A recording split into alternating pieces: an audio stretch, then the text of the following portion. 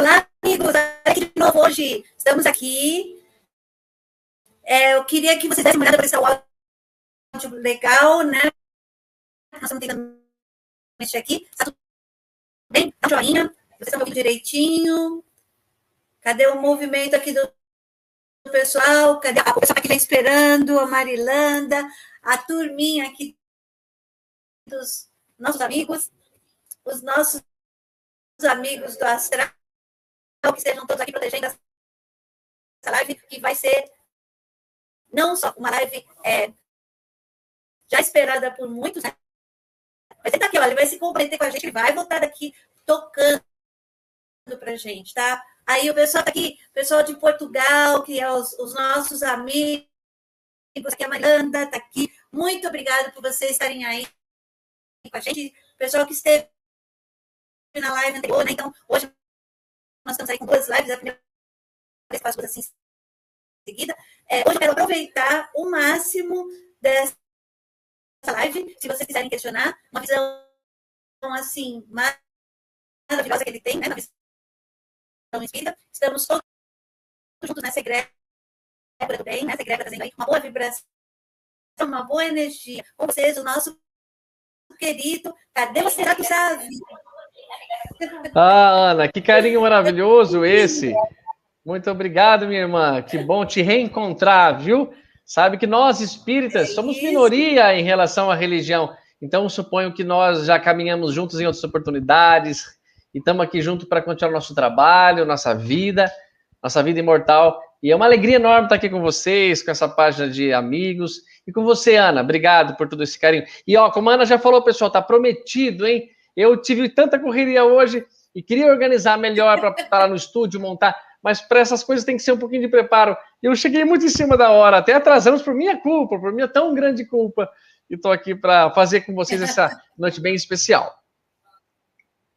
Ai, que delícia. Tato, como todo mundo vai sempre, né, que chega no canal, a gente gostaria de saber como que foi a sua trajetória para esse caminho de despertar, né, que a gente já sabe que você se dedica à sua profissão raiz, né, profissão raiz. Sim. E a sua busca pela espiritualidade. Como que aconteceu tudo isso? Legal, Ana, olha só, eu sempre brinco que eu nasci em berço católico, né? Quando meu pai foi comprar um berço que eu era pequeno, o berço espírita estava em falta, então ele comprou um berço católico. É legal falar essas coisas. Mas então eu quero dizer, porque minha mãe é católica e ela sempre teve a liberdade de levar a mim e meu irmão e eu na igreja católica, né? Então fizemos nossa primeira comunhão, nossa crisma. E desde cedo, Ana, e todos que nos escutam, eu gostei muito de religião, eu gostava muito de Jesus, assim, eu me sentia emocionado, tocado pelas histórias do mestre, e eu comecei, então, a procurar o meu caminho religioso, a minha espiritualidade pela Igreja Católica. E foi muito bem, foi muito gostoso, fui muito bem recebido. Só que, numa certa idade para cá, Ana, eu comecei a fazer algumas perguntas naturais de um questionamento de jovem, que quer entender mais. Eu comecei a perceber que os líderes da igreja, eles não tinham como me responder. Eles ficavam um pouco limitados nas respostas. Eu achava que ou eles não sabiam, ou não tinham vontade de responder, né? E aí eu percebi que, por ter acesso ao Richard Simonetti, que foi um grande amigo, cliente do meu pai, como meu pai é dentista também, ele começou a me responder as perguntas, Ana, que eu fazia. E eu fiquei emocionado, tocado por aquilo, por aquela verdade, aquela justiça que estava por trás daquilo. E eu falei, olha, é esse caminho. E olha só, Ana, não aconteceu assim, porque meu pai é espírita e minha mãe católica. Então eu pensei, já que eu não posso mais ser católico, não quero mais ser, então vou para a religião do meu pai. Não foi assim. Eu iria para o budismo, eu iria para o candomblé, para qualquer outra, desde que ela me tocasse, desde que ela me fosse profunda. E assim foi a doutrina espírita para mim. Desse tempo para cá, isso já faz mais ou menos, Ana, hoje eu estou com 44. Nossa, com essa carinha de pois menino. Pois é, Ana, com essa cara, né? Por isso que você fala assim, seu cabelo não ficou branco ainda? Eu falei, não, ainda não ficou, mas se ficar, eu vou pintar, porque a cara de... Não tem como, você tem cara de menino. Não fica bem. Quero ter um dia cabelo grisalho, mas mais velho um pouco. Então eu comecei perto de que uns 25 anos de idade, 20 a 25, mas só mais tarde, Ana, que eu me envolvi como um trabalhador da doutrina espírita. Quando eu fui ao curso de Coen, aí fiz o curso do Coen, que é aqui em Bauru um curso preparatório para reunião mediúnica, né? Aí depois eu fui convidado para ser um professor substituto no Coen, e dali que comecei a fazer palestras, porque os alunos também tinham seus centros espíritas, ou conheciam outros centros. Falaram, você não quer ir lá fazer uma palestra? Faz essa aula que você falou, foi tão bacana. E como você comentou, Ana, eu sempre fui muito brincalhão, esse jeito agradável de encarar a vida com leveza, e acho que nas palestras reflete nas pessoas. O evangelho, para mim, Ana, é alegria, é festa. Eu não consigo imaginar Jesus carrancudo, mal-humorado, com o rosto fechado. Não, para mim, ele era tão alegre, tão fácil a vida, porque eu não posso imaginar uma pessoa que tenha gratidão como Jesus tinha à vida e a Deus, ser um homem tão fechado. Isso não significa ser uma pessoa que não leva a sério as coisas. Não, longe disso. Então, a minha busca por essa verdade é isso. Eu ser como sou, saber que posso ter uma vida que ninguém me proíbe de nada, mas que eu entendo as consequências que vão ter nas minhas escolhas, e ter-los como os irmãos, não convencer ninguém. Tenho certeza, Ana, que todos nós aqui, você e eu, não estamos aqui para trazer novos adeptos. Nós não temos interesse nenhum, nós não temos dízimo, nós não queremos contribuição. Nós queremos só que as pessoas sejam felizes, que elas vejam a beleza da doutrina e, colocando isso dentro delas mesmas, vivam melhor, vivam com mais confiança, com mais fé. Nós acabamos de presenciar aí uma pandemia mundial, né, que machucou muita gente, levou muitos dos nossos amores, mas que tem um propósito por trás. Deus está conosco, está olhando por nós. Então, ver deste modo, não ver como castigo, não ver como uma represália, uma revolta que Deus teve. Essa ideia, só a doutrina espírita me passou, Ana, essa confiança plena em ser um filho amado e que nunca consegue aborrecer o pai. Por mais que eu erre, ele vai me dar novas chances.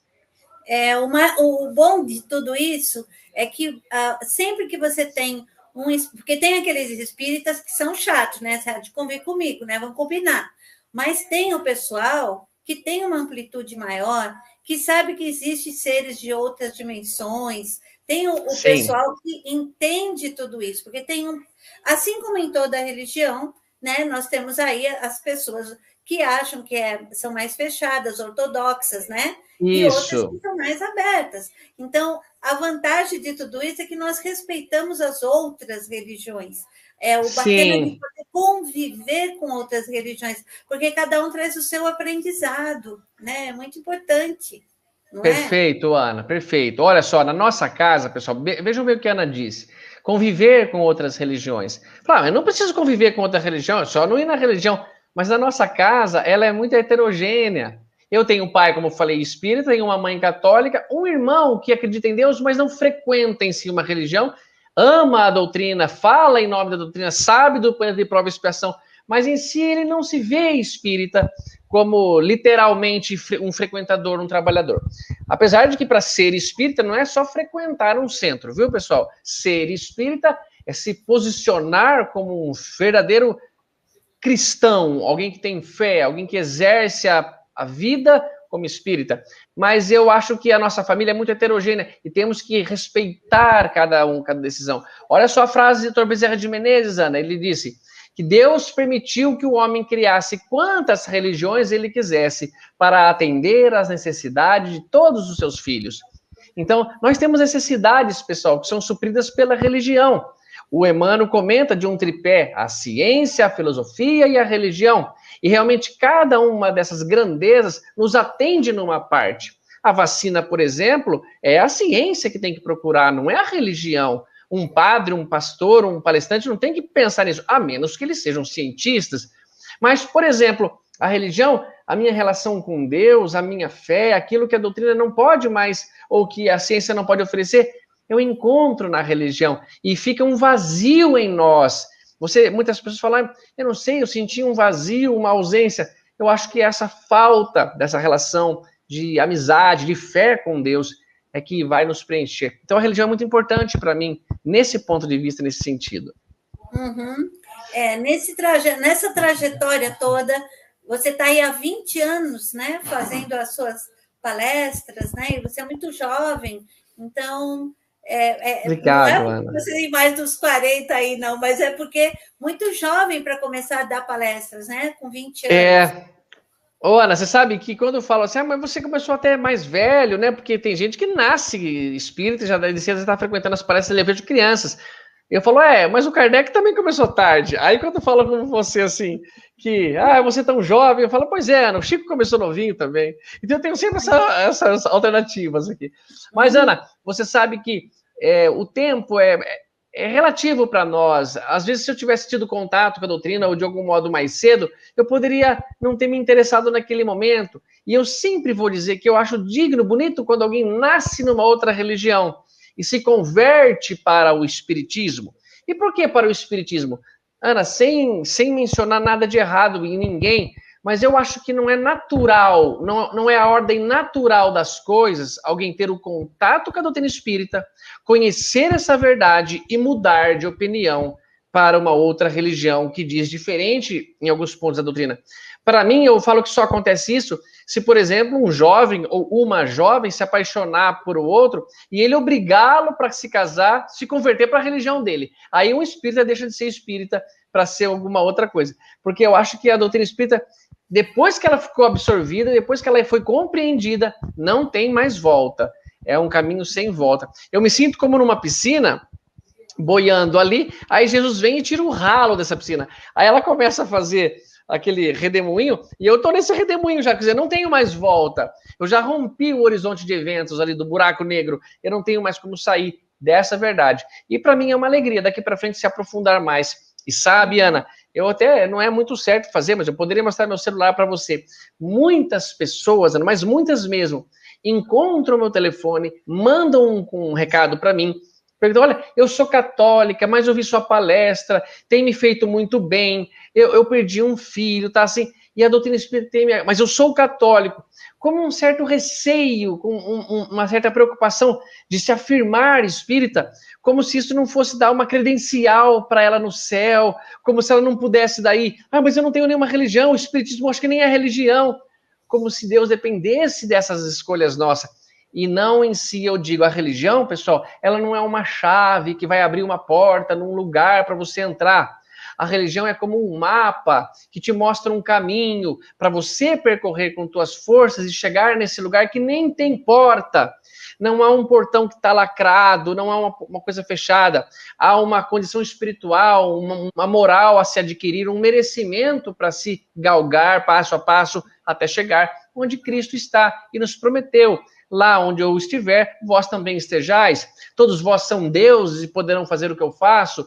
Sempre prometendo esse progresso, que tem muito a ver com os temas, Ana, que você escolheu para a gente hoje, falar sobre transição planetária, falar sobre anjo da guarda, falar sobre reencarnação, que mostram para a gente coisas muito profundas e muito verdadeiras, que é só pensar um pouco, você vai ver como dá para aplicar bem na nossa vida.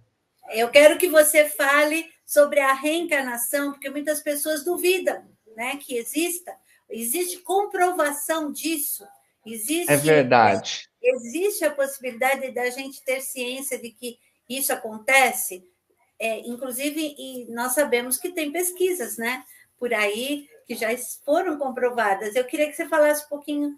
Claro que tem. Otávio, pega para você, por favor, ali atrás, tem um livro, ó, lá em cima, ó, 20 casos de reencarnação. Ana citou, ele está na segunda fileira de cima ali, tá vendo? Vai, daquele vermelho, vai olhando ali para trás, na segunda fileira. Pessoal, a Ana começou comentando sobre se existe uma prova, alguma coisa que nós podemos comprovar de reencarnação. E existe sim. Existe este livro, por exemplo, ó, Dr. Ian Stevenson. Esse livro, ele não é um livro espírita, ele é um livro de ciência. Inclusive, se vocês quiserem ler, ó, ele é cheio de tabela, ele é cheio de métodos, material e métodos usado, a conclusão. Este senhor, Dr. Ian Stevenson, que está marcadinho aqui o nome dele, ó, esse médico canadense, ele começou a se interessar por crianças que lembravam de outras vidas. de encarnações, aparentemente, que tinham, e como poderia ser isso? E ele estudou mais de 2.000 casos de crianças. Mas você falou 20 aqui. Ele escolheu 20 para o livro não ficar grosso demais, né? Mas ele tem... Opa, apaguei a luz aqui. Mais de 2.000 casos, onde ele confirmou, ele convenceu-se de que essas crianças tinham vivido em outras épocas, em outras circunstâncias, com outros nomes, com outros corpos. E ele relatou aqui. Veja, Ana, e todos que estão assistindo, aquelas pessoas que chegaram e falaram assim para ele: o meu filho está lembrando, doutor, ele está falando que viveu, traga ele então para eu conversar com ele. E ele entrevistava essas crianças, e aquela criança que falava: eu me lembro que eu morava assim numa casa azul, numa casa muito com... ele não considerava. Ele considerava, isso é muito vago. Então eu quero dizer, pessoal, esse doutor que já desencarnou, que passou o bastão agora para o doutor Jim Tucker, que também agora está levando à frente esse estudo, ele não é um homem, um fanfarrão. Ele sempre, no seu prefácio, ou em outros, que também tem ali um outro livro, que eu até posso pedir, mas deixa aquele, Lembranças de uma Outra Vida. Pega ali para mim, por favor, do lado do Einstein ali. Aquele livro também, pessoal, esse aqui, é de um outro médico, é o Dr. Michael Newton, olha aqui o nome dele aqui. Esse é um psicólogo, é um psiquiatra, que começou a fazer técnicas regressivas e percebeu que as pessoas que voltavam começavam a falar em outros idiomas e começavam a relatar em outro idioma coisas que eles tinham vivido. Como pode, Ana, eu conseguir explicar de outro modo que eu pego uma pessoa, faço uma regressão, por exemplo, ela começa a voltar, vai em sua própria infância, nesta atual vida, mas ele estimula, ele induz um retorno ainda mais profundo, a pessoa volta à condição intrauterina, mas ele induz que volte mais e a pessoa começa a falar em outro idioma. E a pessoa começa, então, a relatar situações que ela não é possível ter conhecimento. E quando, então, ele mostrava para a pessoa os nomes, os locais, as condições que ela havia citado, ela própria ficava surpresa. Como pode? Não é possível, eu não falaria isso. Indo atrás, vamos verificar, vamos atrás dessas informações. Eles encontravam informações que provavam que essas pessoas pelo menos haviam existido. Quando você se depara com um caso desse, você precisa, pessoal, deixar de ser orgulhoso. Você não pode deixar de ser cético. Eu acho que eu sou um homem cético. Por quê? Porque se eu falasse assim para você, Ana, tá vendo esse copo aqui? É água na forma líquida. Mas você sabia que se eu abaixar muito a temperatura disso aqui, ela vira uma pedra, que nem uma pedra dura? A Ana pode falar, não acredito nisso. Pois é, Ana, a água em temperaturas diferentes, ela tem estados diferentes. Vai contar outra, Tato. Ana, vamos fazer um teste, quer ver?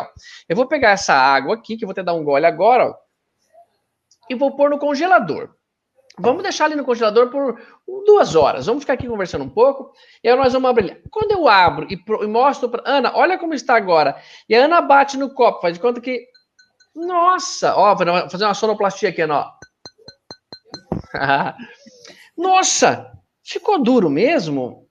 O orgulhoso vai falar assim, quer me enganar? Agora, fazer truque de mágica agora para cima de mim? Esse é o orgulhoso, mesmo que se prove, mesmo que você compreenda, ele não aceita. O cético é aquele que, assim que provou, ele muda a opinião e fala, nossa, aprendi mais uma. Quer dizer, então, que a água abaixo de 0, ela fica. Quer ver, Ana? Vamos deixar ela fora da geladeira agora. Ela vai voltar a ficar líquida.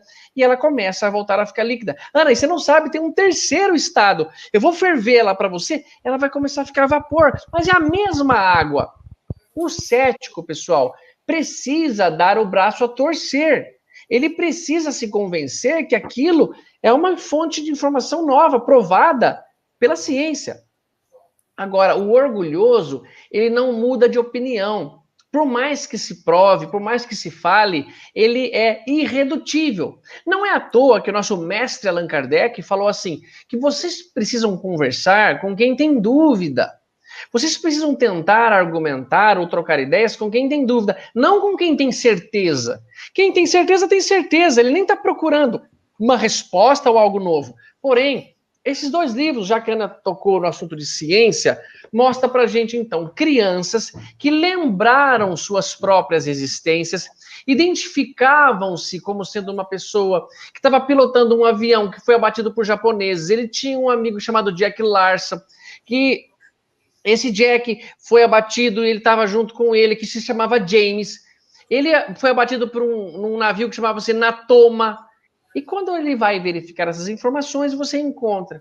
Então, a ciência trouxe para nós, pessoal, algumas questões que só podem ser respondidas pela reencarnação.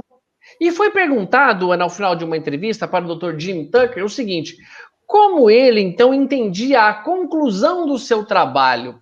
Ele era adepto de alguma religião reencarnacionista? Veja que resposta valiosa que nos dá mais peso ainda na argumentação. Ele disse assim, ó: não sou adepto de nenhuma religião em específico, mas o meu estudo me provou que algumas pessoas sim voltaram a viver outras vidas, mas não posso afirmar que esta lei é para todas as pessoas.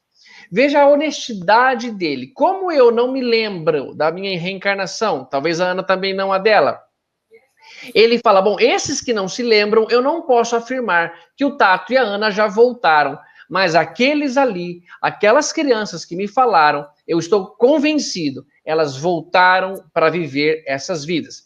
Mas no livro dos Espíritos está dizendo que a lei da reencarnação é uma lei para todos nós, e que é uma lei evolucionista, é uma lei para nos fazer evoluir, para nos fazer melhorar. Então, quando o cientista afirma isso, eu não posso considerar essa hipótese como impossível. Eu não posso ser uma pessoa que fala, não é possível. Pessoal, para quem está vendo aqui e não acredita, por favor, leia esse livro e tenta contra-argumentar. Leia este livro e tenta contra-argumentar. Se você conseguir... Vamos estudar, claro. Vamos dar o braço a torcer para novos conhecimentos. Mas, Ana, já que você estava comentando ali de reencarnação, eu acho muito bacana e muito bonito, nós entendemos o seguinte, que muitas pessoas falam que Jesus não era reencarnacionista, que o nosso mestre, que o povo judeu nunca mencionou isso, o que é um grande equívoco, é um erro. Está recheado de temas de reencarnação, tanto no Velho quanto no Novo Testamento, tá bom? Olha só que interessante, pessoal, quem está ouvindo aqui. O Salmo 19, versículo 8, diz assim: o ensinamento de Deus é perfeito, faz o espírito voltar. Cara, fala voltar, o verbo que ele usa é shuv, voltar. Então ele continua, o testemunho de Deus é verdadeiro, transforma o simples em sábio. Na mesma sequência. Então o Salmo está falando que o ensinamento de Deus é perfeito, pois faz o espírito voltar. E ele então transforma o simples em sábio. É a mesma conversa que Jesus teve com Nicodemos, quando ele fala assim, mestre, sabemos que vem da parte de Deus, porque ninguém poderia ensinar como o Senhor, ninguém pode curar como o Senhor. Mas como que isso acontece? E Jesus fala, Nicodemos, em verdade te digo que ninguém poderá fazer o que eu faço se não nascer de novo. Esse nascer de novo, pessoal, não tem nada a ver com o batismo. Não era essa a ideia que eles estavam dizendo e vivendo naquela época. Tanto que ele fala, Nicodemos, você sente o vento passar, não sente? Mas você sabe de onde ele vem? Você sabe para onde ele vai? Assim também é o homem, nascido do Espírito, que é essa palavra. Então, eu estou vendo a Ana aqui. Eu devo ter convivido com a Ana. Não é possível que a gente tenha tanta intimidade, que te brinque um com o outro, sem preocupar em magoar. Mas eu não sei de onde a Ana vem, eu não me lembro. Eu não sei quantas encarnações a Ana tem na Grécia, quantas encarnações ela tem no Japão, quantas encarnações ela tem na Europa. Mas eu estou vendo a Ana aqui, não estou? Estou. Mas você sabe para onde a Ana vai depois? Não sei. É o que Jesus está dizendo. O vento, que inclusive a palavra se confunde com o espírito, ele diz, você percebe ele na atual encarnação. Você está me vendo agora, Nicodemos, mas você não sabe de onde que eu vim, você não sabe o que eu passei para estar nessa condição. Assim é o espírito, diz Jesus. Então, pessoal, Jesus separa, Nicodemos, o que é nascido do Espírito é do Espírito, o que é da carne é da carne. Não confunda as coisas. E porque ele pergunta, como posso, mestre, sendo eu já velho, voltar à barriga da minha mãe e nascer uma outra vez? E aí ele explica tudo isso. Mas, pessoal, vamos chamar um pouquinho a atenção na Bíblia, para vocês verem quanto tanto na filosofia, quanto na ciência, quanto na religião, nós temos esse tripé reencarnatório que nos explica que a vida é evoluir, que Deus não precisa me mandar para o inferno por ter errado muito numa encarnação. Ele vai me dar uma outra série para cursar, para melhorar, para limpar a minha sujeira. Então, esse livro é maravilhoso. Na Torá, pessoal, que é o Pentateuco, os 5 primeiros livros da nossa Bíblia, lá tem uma expressão chamada Guigu Neshamot. Guigu Neshamot significa transmigração da alma, ou seja, a alma sai de um lugar, de um corpo, e migra e habita um outro corpo. Eles acreditavam nisso. É claro que Kardec não tinha vindo ainda, como Kardec, ele não tinha descrito, codificado, esmiuçado a doutrina por nós. Então, o conhecimento de reencarnação que ele tinha era bem mais superficial, não era profundo assim. Mas esses ensinamentos que está na codificação de Allan Kardec, que está no Guigu Neshamot da Torá, Kardec comentou assim, ó, no Evangelho segundo o Espiritismo, veja, a reencarnação faz parte dos dogmas dos judeus. Só os saduceus tinham a crença de que tudo acabaria com a morte. Olha só, Allan Kardec afirma que a reencarnação faz parte dos dogmas judaicos. E será verdade? Vamos ver. Em João, no capítulo 9, Ana, no versículo 1, está dizendo assim, ao passar, viu Jesus um homem cego de nascença, e os discípulos o interrogaram, Rabi, que significa mestre, quem pecou para que aquele homem nascesse cego? Ele ou seus pais? Como assim, Paulo? Um homem pode nascer cego e ter pecado? Quando? Ele pecou na barriga da mãe? Jesus, pessoal, ele combateu muita coisa da Torá. Ele não foi partidário de tudo. Tanto é que o mestre diz, tende ouvido o que foi dito aos antigos. Por exemplo, olho por olho, dente por dente, por exemplo, guardar o sábado, por exemplo, revidar. E ele fala, eu vos digo. Ou seja, ele muda o pensamento. Aquele que lhe oferecer a capa, dê também sua túnica, que se bater numa face, oferece a outra, vai guardar o sábado, mas se um filho cai num poço num sábado, você espera até o domingo para tirá-lo de lá. Então Jesus muda o pensamento que era dos antigos, como ele diz. E ele coloca um novo pensamento. Não era hora, vocês não acham que se Jesus se depara com uma pergunta dessa dos discípulos, ele fala, pessoal, não existe isso de um homem pecar e nascer cego, porque ele não teve tempo, ele nasceu nessa vida. Vocês não acham que Deus, ou que Jesus, que nunca deixou passar uma oportunidade de nos ensinar, não falaria alguma coisa contrária ao Guigu Neshamot, a transmigração da alma, para nosso benefício? Não, ele não fala nada. E você sabe aquela expressão, né? Quem cala consente. Ou o jogo do empate é vitória nossa. Não, ele não calou, não. Ele afirmou várias e várias vezes a possibilidade da realidade reencarnatória. Vamos em frente, essa aqui é o argumento mais simplório da Bíblia que eu tenho para falar, porque eles falam, nem ele errou, ou Jesus fala, nem seus pais, mas é necessário que nele se manifeste as obras de Deus. Isso não prova que não há reencarnação, só prova que aquele homem em si estava talvez passando por uma experiência que não era uma expiação. O Richard Simonetti mesmo chegou a avisar uma vez que muito provavelmente este cego, citado nessa passagem, João capítulo 9, versículo 1, era um homem que reencarna para ser curado por Jesus. Ana, eu pensei tanto nisso. Imagina, Ana, se tá eu e você lá no mundo espiritual. Ai, que delícia. Aí fala assim, Ana, Jesus vai reencarnar. Ou melhor, ele vai reencarnar, né? Porque o mestre não passa mais pelo processo da reencarnação. Logo entenderemos isso. Você não gostaria, Ana, de nascer lá cega, só para, num determinado momento, ser curada por Jesus? Ana, eu acho que não seria uma honra para a gente? Uma alegria. Quem nasce cego, pessoal, claro que não é gostoso, mas não sofre tanto quanto tornar-se cego ao longo da existência. Porque quem já teve o sabor da visão, fica muito mais complicado agora. Mas então pode ser isso, que Jesus falou, não é nesse caso nem ele, nem seus pais, mas é necessário que nele se manifestem as obras, eu vou curá-lo da cegueira. Mas muitas outras pessoas sim traziam a reencarnação, um fardo, uma cegueira ou qualquer outra coisa. Mas olha só então, os discípulos, quando falaram disso, associaram a cegueira a algum erro cometido, alguma coisa no passado. Tem uma parte também, pessoal, que ela está aqui nesse assunto, mas que eu quero chamar a atenção de vocês daquele episódio. Vocês lembram quando Jesus estava na casa de uma pessoa, ensinando, curando, e tinha tanta gente que não tinha mais como chegar a ninguém? Imagina que um homem muito famoso vem em casa, aquela multidão na porta, querendo entrar, e não tem como. E um enfermo, trazido pelos seus irmãos, não conseguiram entrar.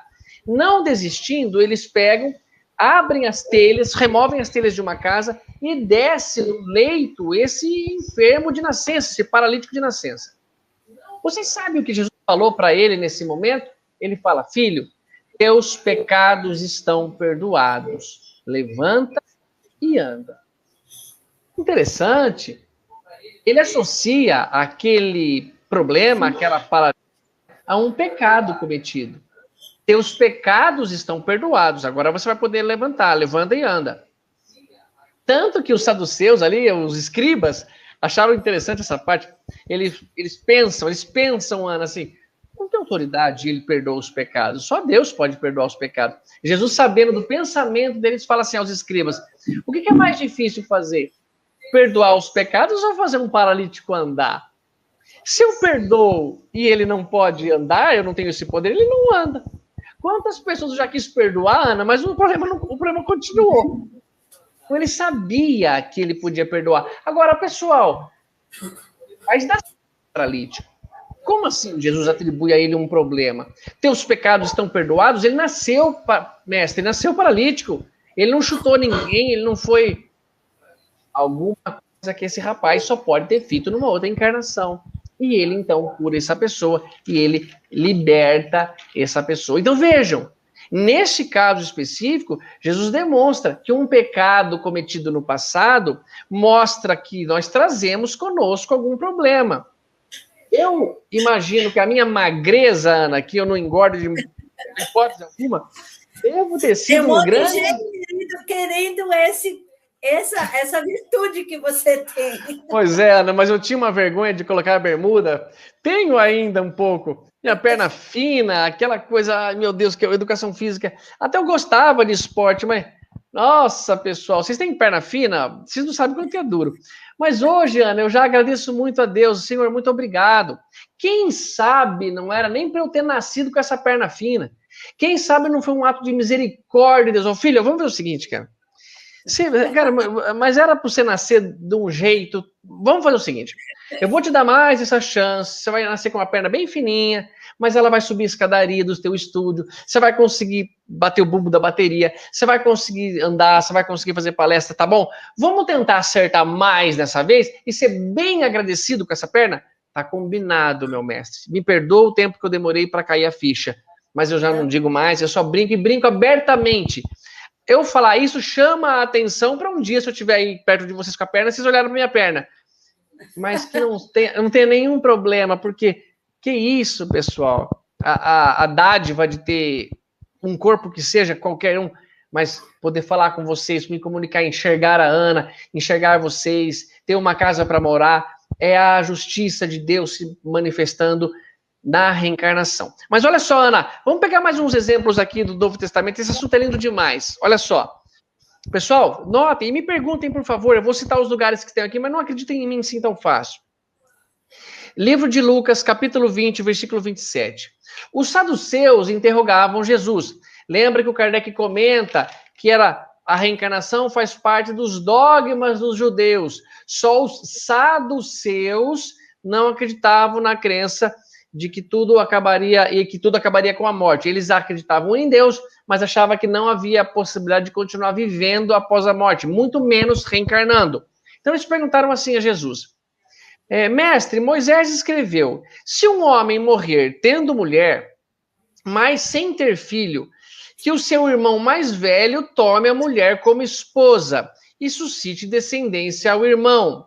Caso esse morra sem deixar descendente, que a mulher, então, espose o seu irmão mais velho, para que lhe deixe descendência. Essa é a lei do concubinato, tá bom, pessoal? Isso era uma lei da época. Para que se povoasse, crescei-vos e multiplicai-vos. E tinha muito pouca gente no mundo. Eles queriam aumentar. Hoje está uma... Não relacione isso para agora. Não está dando Exato, Ana. Exato.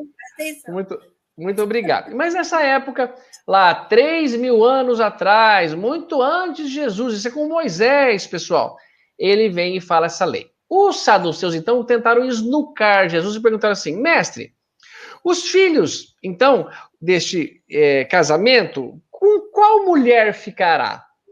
Ela, na vida pós-morte, já que se fala aqui, continua, qual dos homens, qual dos maridos ela vai ficar lá no mundo espiritual?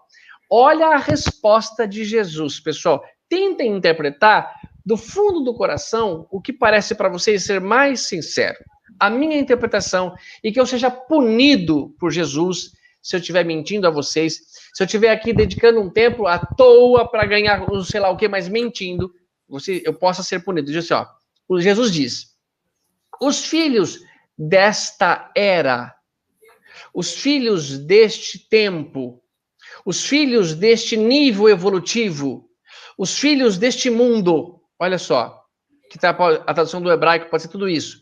Os filhos deste mundo, tradução mais comum, casam-se e dão-se em casamento.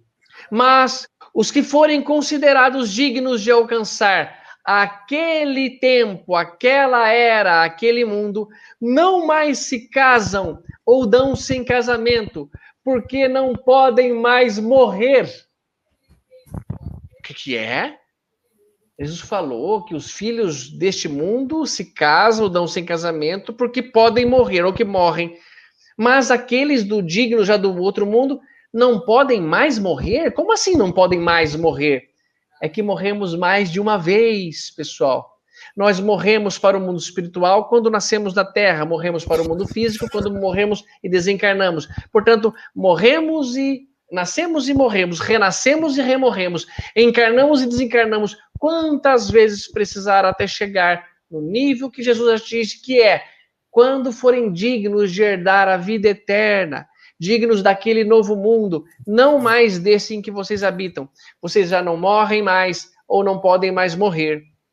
Então ele diz pra gente, quando que eu morro, eu estou ainda passando pelo processo da reencarnação. Quando eu não morro mais, é porque eu não mais passo pelo processo da reencarnação.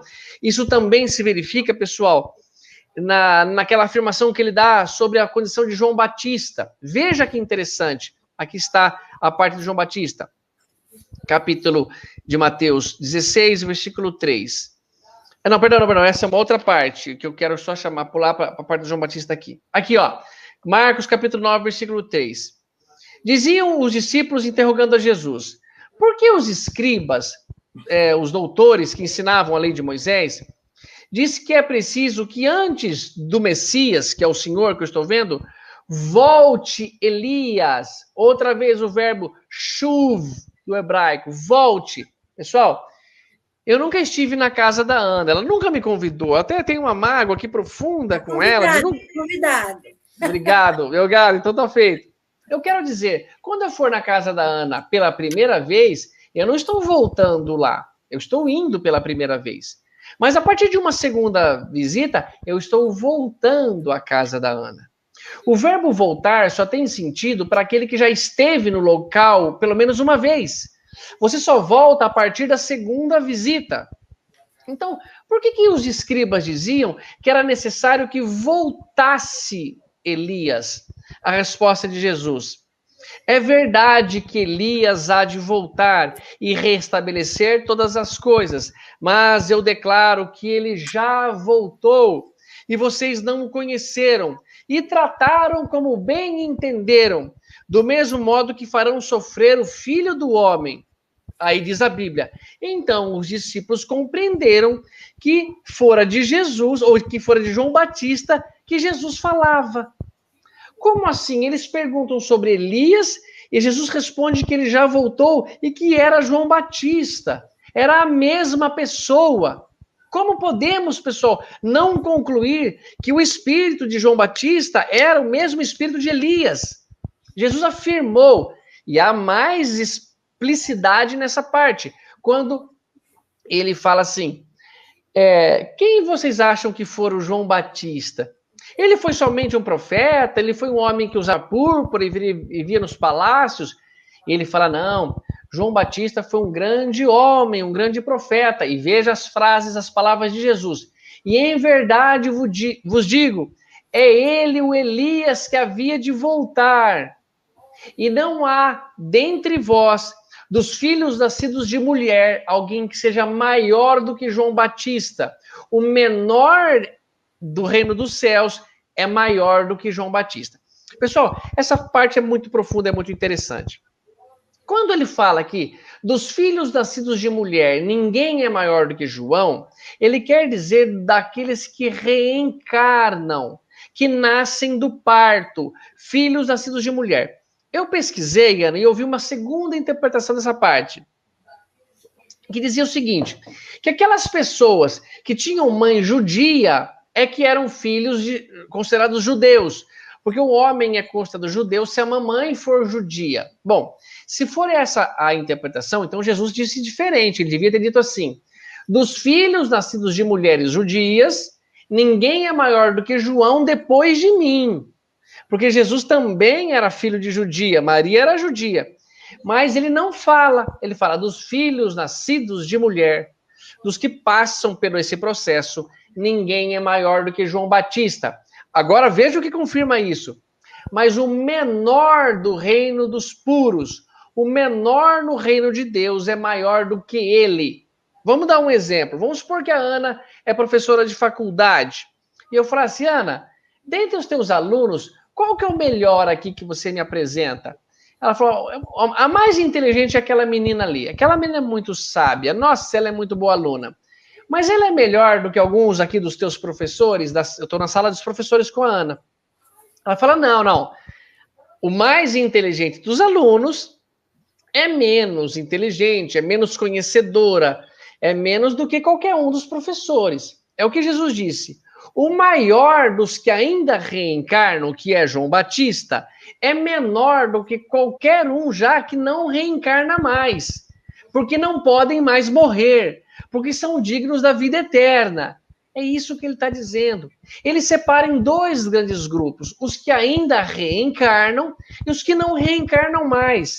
Jesus não reencarna mais. Por isso que aqui, momentos atrás, eu falei, eu vou me corrigir, Jesus não reencarna, ele encarnou. E se ele viesse, Ana, para mais um estágio para nos ajudar aqui na Terra, ele não teria uma reencarnação, ele teria uma segunda encarnação. Porque reencarnação ao pé da letra, no sentido etimológico da palavra, é o seguinte, entrar outra vez num corpo de carne. Isso é o sentido etimológico, mas não é o que Kardec entendia. Kardec diz que reencarnação é quando se lança a mão de um corpo físico para evoluir. E Jesus, quando veio para a Terra, não lançou mão de um corpo físico para evoluir. Ele já estava evoluído. Ele agora continua o seu progresso de evolução no mundo dos puros, que eu não imagino como é que seja. Porém, nós ainda passamos por processos reencarnatórios. E o maior que já passou pela Terra, dos que ainda estavam nesse processo, foi João Batista. E Jesus disse, é ele o Elias que há de voltar. Pessoal, para mim não há dúvida. E tem mais, hein, Ana? Mas é que tem mais assunto também. Mas só um detalhe, Aninha, eu sei tão gente boa. Olha só que legal essa parte que eu mencionei, Mateus, capítulo 16, versículo 3. E chegando ao território da Cesareia de Filipe, Jesus perguntou aos discípulos, que dizem os homens a meu respeito? Quem eles falam que eu sou?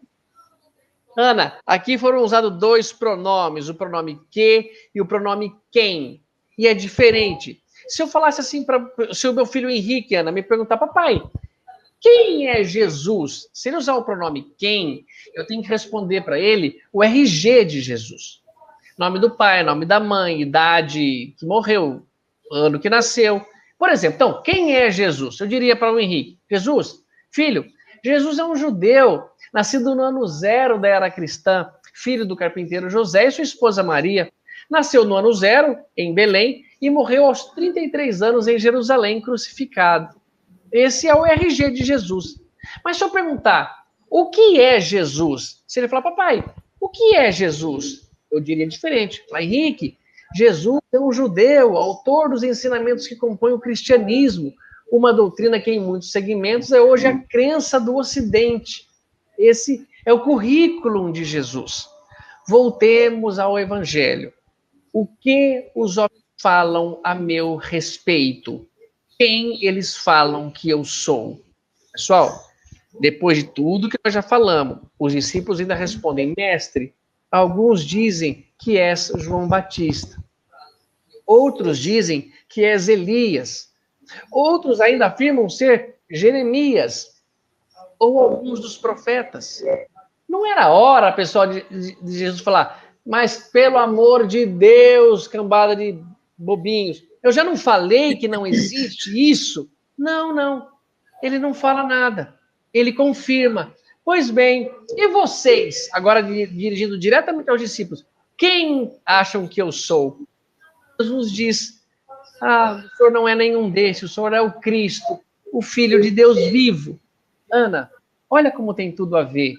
Quando ele fala, o senhor é o Filho de Deus vivo, ele quer dizer que nós já somos aqueles ainda que morrem. Nós somos mortos-vivos. Várias e várias vezes, Ana, poetas, escritores da doutrina, nos referiram a nós como os mortos-vivos. Castro Alves falou isso, Maria Dolores falou isso, o próprio Cristo falou, deixa os mortos enterrar seus mortos. Quem são os mortos? Esses que morrem, que estão encarnados. E o que Jesus falou, ouvindo de Simão Pedro, o Senhor é o Cristo, o Filho de Deus vivo. Não é um Deus que é vivo.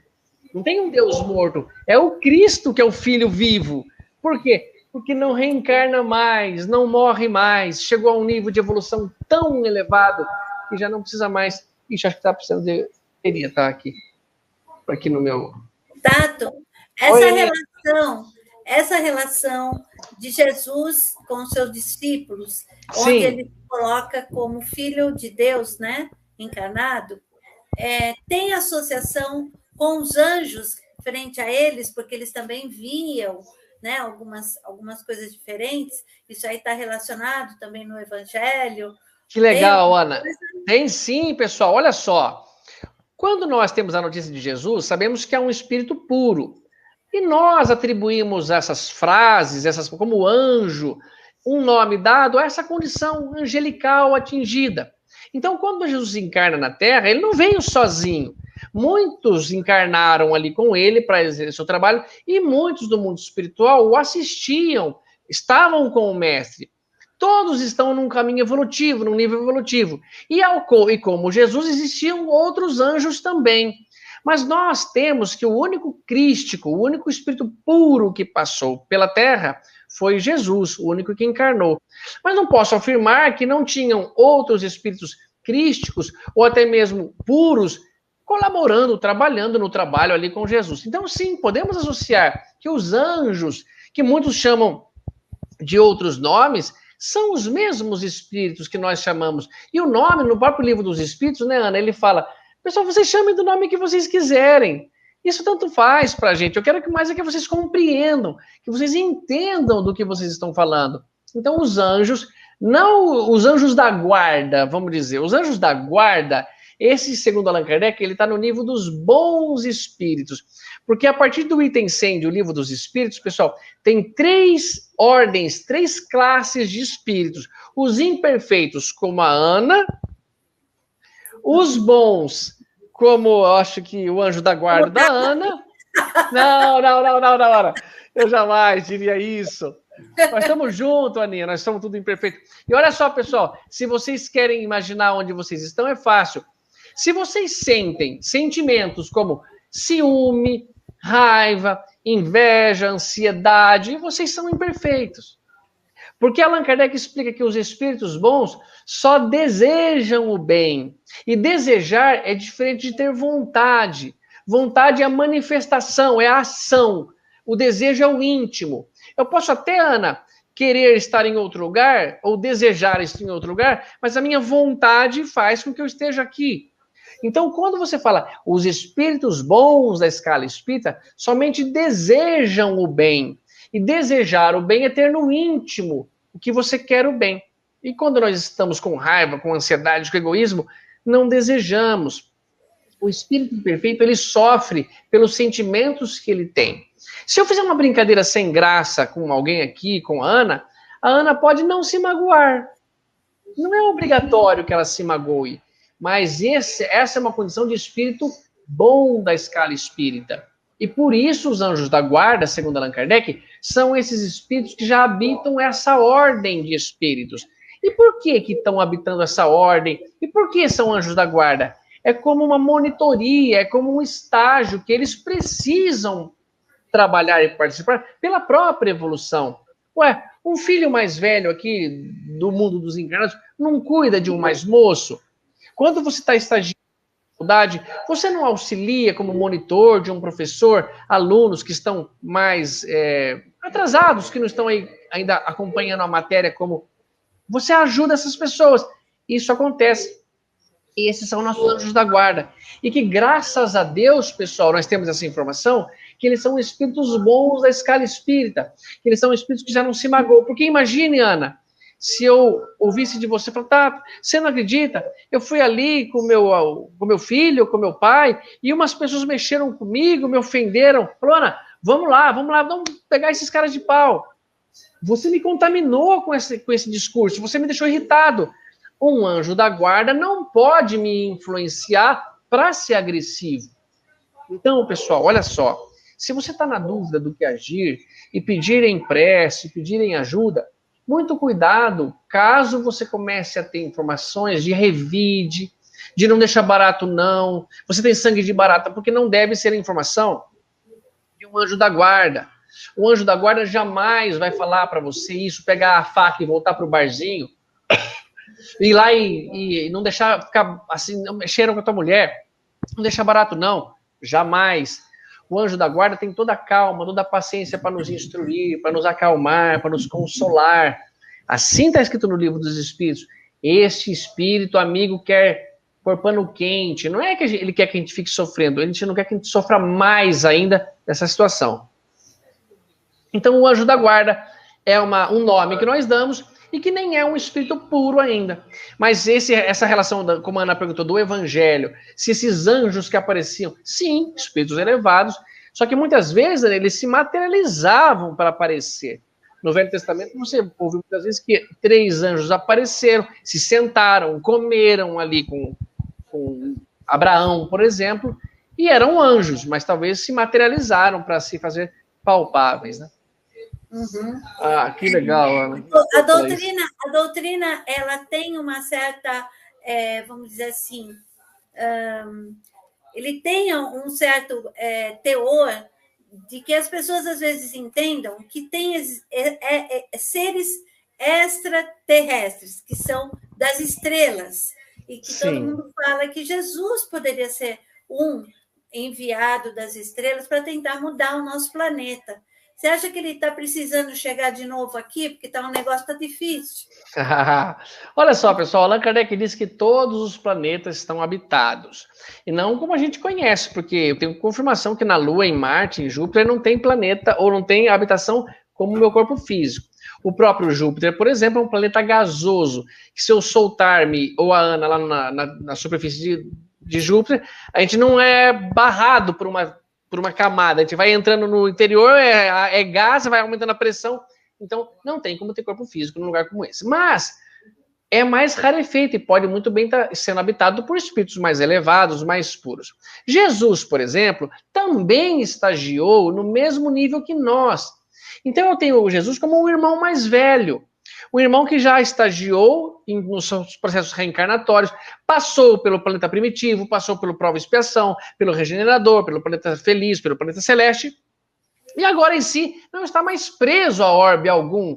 Ele já tem uma pureza que eu não faço ideia. Agora, onde ele mora, é difícil definir, falar que ele está numa estrela, que ele tá, porque nada mais o limita. No próprio livro dos Espíritos, ele fala que certos espíritos não estão confinados, presos a lugares como nós. E se eu pensar bem, Ana, como é que eu realmente precisaria de Jesus num lugar onde não tem mais refeitório, não tem mais dormitório, não tem mais sanitário, não tem essa necessidade? Então, para que um lugar onde ele repouse? Não tem relógio, não tem relógio. Não tem relógio, não tem mais isso. Veja como é difícil tentar entender. Essa honestidade de Allan Kardec, para mim, é muito grande. Porque quando ele explica os espíritos imperfeitos, ele coloca 10 subclasses. Ele vai colocando os espíritos ali, catalogando o pseudo-sábio, pseudo... Ele vai colocando, né? Espírito ainda muito mais, quase lá, passando para a ordem dos bons. Na ordem dos bons, ele tem mais 5 subclasses, ele classifica.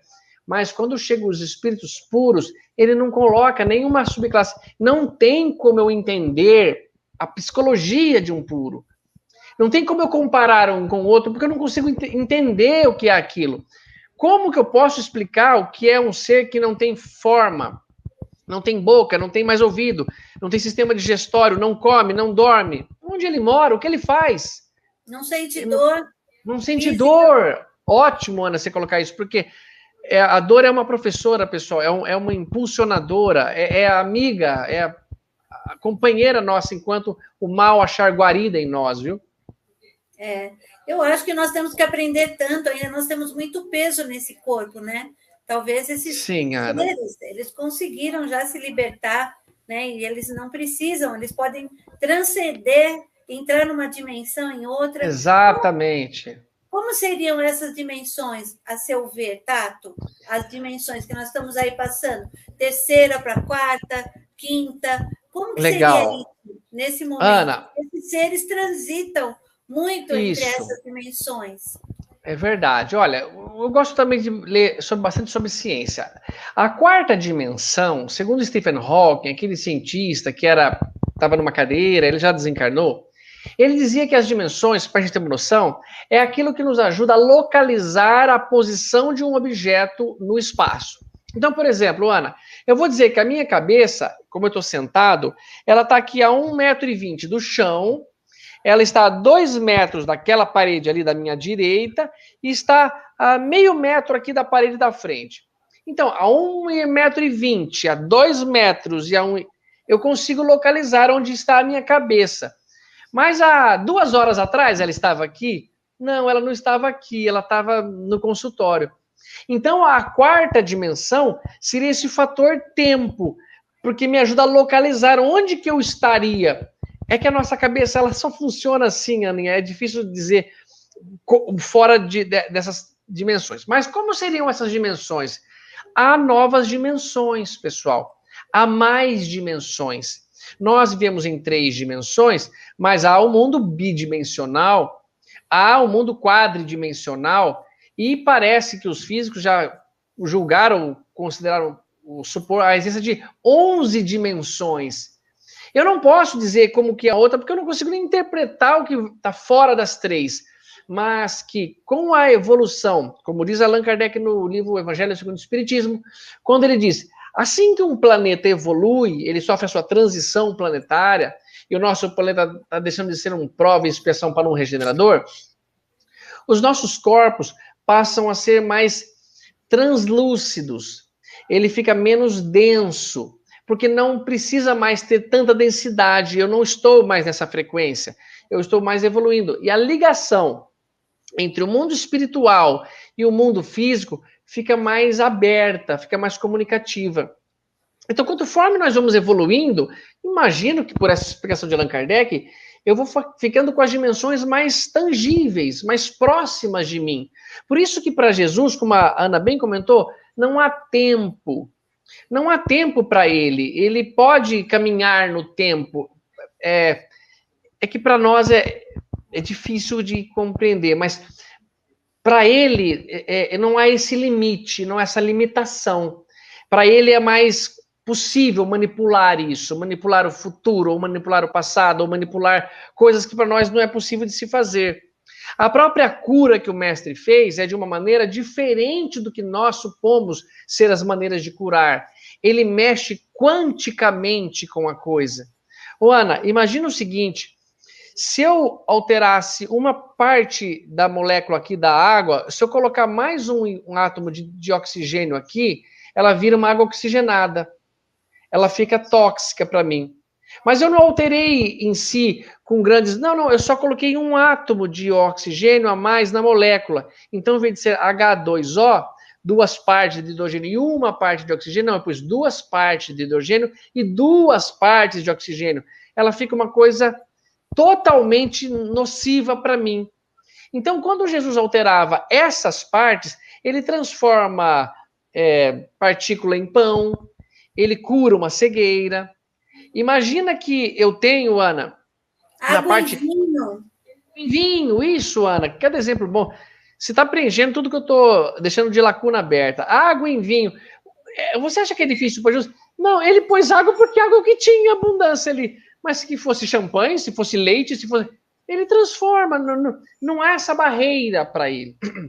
Mas porque sabe transformar e sabe que pode fazer, porque não vai usar. Olha, deixa eu só fazer um parênteses aqui, que você me deixou e é até divertido a gente ouvir isso. Sabe que eu atendo como dentista, eu trabalho na dor do outro, né? Eu preciso que quebre o dente, eu preciso que sintam dores para ir lá no meu consultório. E aí, Ana, eu falo para os clientes o que é verdade, eu falo assim, você já ouviu falar de um jovem galileu que fazia cada coisa impressionante? Ele colocava a mão assim no local, só por cima, e a cegueira desaparecia, a pessoa enxergava, voltava a andar. Sabe que, eu vou falar para você, eu tenho tentado fazer isso sem falar nada para ninguém. Eu vejo lá uma cárie, aí eu dou uma disfarçadinha, coloco a minha mão ali em cima da cárie, e fico ali, Ana, faz cicatriz. Quando eu olho, não mudou nada, Ana. Não tem dado resultado nenhum. A gente tem que transcender mais. Não chegamos ainda nesse ponto. Puxa vida. Eu não consegui. E você sabe que eu falei assim, Senhor, se eu não consigo, tudo bem, eu não consegui, mas por que eu não consigo? O que é? Eu acho, Ana, que quando Jesus multiplicou os pães e os peixes para alimentar aquela multidão, a parte mais difícil não foi multiplicar, foi repartir depois. Se eu multiplicasse pães e peixes, eu também tentaria multiplicar ouro e não queria repartir. No livro A Pedra Filosofal, Harry Potter e a Pedra Filosofal, tem essa resposta ao meu entender, Ana. Ele fala assim, Harry, diz Dumbledore, uma das ideias mais brilhantes que eu tive, Harry, foi que só encontraria a Pedra Filosofal, que simboliza esse poder de Jesus, simboliza essa... Só encontraria quem não quisesse usar o poder para si mesmo. Ana, eu dou minha palavra. Eu juro que eu acho que se Deus me concedesse o dom de Jesus, de curar, de fazer o que eu podia, num primeiro momento, no primeiro dia, é capaz de eu não cobrar. Mas a partir do segundo, Ana, era capaz de fazer cada coisa feia, cobrar, pôr propaganda, fazer anúncios. Olha o bauruense que cura com as mãos, olha o milagreiro, olha o segundo Cristo. Era capaz de eu aceitar isso. Então eu não posso ter. Eu não posso fazer, ainda que o bem para aquela pessoa, de não ter que tomar anestesia, não ter que fazer uma restauração em resina, e sim restaurar o próprio dente dele. Eu não posso fazer isso, porque eu não sei lidar com o poder. Jesus, diz Emmanuel num texto que chama Poderes Ocultos, falou lindamente assim, o mestre que transformou água em vinho, multiplicou pães e peixes, acalmou tempestade, andou sobre as águas, ele fez tudo isso pelos outros, mas no Calvário, ferido e ultrajado, não usou o seu poder contra ninguém, entregou-se à crucificação. Ele imolou-se, ele deu-se em sacrifício. Tanto que a ideia de Judas, na entrega de Jesus, não era sacanear só o mestre, ou não era, olha lá, olha só, é isso, dá, apanha mesmo, agora. Não. Tanto que ele se arrepende a tal ponto de voltar atrás e falar para os judeus, pessoal, eu entreguei um tzadik, ele era um justo, eu levantei falso testemunho. Ana, Judas estava entregando você para a morte ali. Quando você entrega falso testemunho, você entrega um justo, é pena de morte para você, e não mais para o justo. Falei, meu Deus, eu entreguei um justo. Então você fica no lugar dele, ele vai se salvar. Mas eles não estavam interessados nisso e queriam mesmo pegar Jesus. Tanto falaram, nós não queremos mais tua moeda, rapaz, pode ficar com essa moeda. Judas, tão arrependido, se suicida, se enforca. Por quê? Ele achava que Jesus, com o poder que tinha, não se entregaria, que ele não ia permitir o povo dele sendo massacrado e ele ia dominar tudo. Mas ele se equivocou. Por quê? Porque esse poder, essa quinta dimensão, essa sexta que Jesus enxerga, que sabe, que a Ana comentou, eu não posso ver ainda, eu não tenho como saber, porque eu não cheguei à minha pureza, ao meu despreendimento, ao meu desinteresse. E passarei por todos os estágios, até que quando eu tiver isso, eu não queira mais usar para mim mesmo. Mas por enquanto, Ana, eu tenho que me envergonhar e dizer para você que eu já prometi a Jesus que se ele me falar o número da Mega, se ele fizer eu acertar, eu faço caridade. Ah, tá bom, filho, tá bom. Continua jogando para você ver.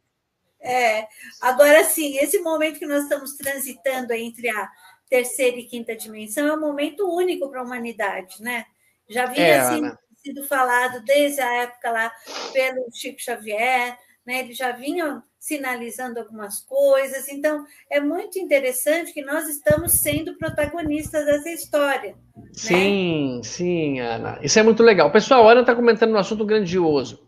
O Chico comentou nisso, dessa evolução, Kardec também fala, mas nós somos muito curiosos. Vocês devem sempre se apoiar em Allan Kardec, nessa turma, pessoal. Esses caras não estão para brincadeira, eles nos trouxeram a verdade. Mas para quem quiser se aprofundar, se quiser ler esse livro do Divaldo, que na verdade foi do Dr. Manuel Filomeno de Miranda, né, em espírito, chama Transição Planetária. Ele fala coisas muito bacanas, muito atuais, que é isso que a Ana está comentando. Mas precisa ficar claro o seguinte, não é a Terra que melhora sozinha, ela melhora da nossa melhora. Ana, um exemplo que eu vi nesse livro, que eu gosto e vou repetir, é o seguinte. Imagina que eu e você, Ana, alugamos uma casa de praia e vimos as fotografias tão bonitas, olha que legal essa casa, vamos lá passar um tempo lá, vamos brincar, vamos nos divertir. E alugamos a casa. Só que quando nós chegamos lá, a casa estava de outro estado. Ela não estava como estava nas fotos. Ela estava sem lâmpada, estava tudo queimado, tinha torneira que não estava funcionando, tinha goteira. A foto era fake. A foto era fake, exatamente isso. Ela falou, nossa, Ana, que agora, que coisa. O que nós faríamos? Vamos supor que somos pessoas muito gente boa e muito trabalhadoras. Falando, vamos fazer o seguinte, eu vou comprar umas lâmpadas novas, eu vou desentupir essa pia, vai dando um jeito no quarto, Ana, vai arrumando as camas, eu vou pedir... Faz um mutirão. Isso, vamos fazer um mutirão. Olha só, em pouco tempo a casa começa a melhorar. A casa começa a ficar mais bonita, a casa começa a ficar mais cheirosa, mais frequentada, porque as pessoas que estão nessa casa estão trabalhando por ela. Imagine o contrário, Ana. Imagine que nós chegamos lá e nos revoltamos com as fotos fake, como você bem comentou. Ana, quer saber? Não vou fazer nada nessa casa. Eu vou fazer xixi no chão. Eu vou bagunçar a minha mucoreta. Ah, vai ver só. A casa piora. Nós deterioramos aquela casa. E não em si a casa por si só melhora. O que esse exemplo quer dizer? Pessoal, vamos lutar com todas as nossas forças para melhorar o nosso planeta, melhorando a nós mesmos. Melhorar o nosso planeta seria assim, poxa, faz o que está ao teu alcance pelo meio ambiente, faz o que está ao teu alcance pelos animais, pelas pessoas que habitam aqui. Eduque os seus filhos, eduque as crianças, eduque os teus protegidos, para que você tenha um bastão que você passe na frente das outras mãos de projetos melhores, para que você mereça ficar nessa casa. Eu achava, Ana, por muito tempo, que eu, sendo um homem bom, que eu me melhoraria, que Deus me colocaria num outro planeta melhor. Mas isso daria uma certa ideia assim para mim. Ah, não, eu não preciso me preocupar muito aqui, porque eu vou para um outro planeta mesmo. Não, não, não. A ideia é mais do que perfeita. Melhore o planeta Terra para você herdá-lo. Herde este planeta que vai ser sua futura casa. É como uma escola que ganhou novos computadores, novos professores. Por quê? Porque os alunos já estão precisando e merecendo novos ensinos. Eles não estão mais tão bobalhões. E olha só, pessoal, que fique bem claro. Não se preocupa, não, se você falar, mas Poxa, eu não tenho condição, eu não posso merecer um planeta. Numa sala de aula, vamos imaginar que tenha 3 tipos de pessoas, 3 tipos de alunos. Um que é muito inteligente, muito bom aluno, muito dedicado. O professor pode até usar esse aluno como um amigo para ajudá-lo na orientação dos mais atrasados. Esse é um. O do meio, que não é tão inteligente assim, ele não tem tanto conhecimento, mas ele é comportado, ele é esforçado, ele presta atenção na aula, ele se esforça para fazer o exercício. E um que não quer nada com nada. Esse é bagunceiro, não está afim de nada, perturba o outro aluno que quer prestar atenção, tira sarro do professor, não obedece. Qual dos 3, ou quais vocês acham que vão herdar uma escola melhor? Qual dos 3 merecerá um planeta? O primeiro é óbvio, e também o segundo. Jesus nunca disse, ele não proíbe, neste livro fala, não é aquela pessoa só que chegou a uma plenitude, é sim também aquele aluno mais que não é renitente no erro, não é rebelde, ele quer melhorar. Então, todo aquele que é esforçado, que está buscando a melhora em si próprio, herdará o planeta.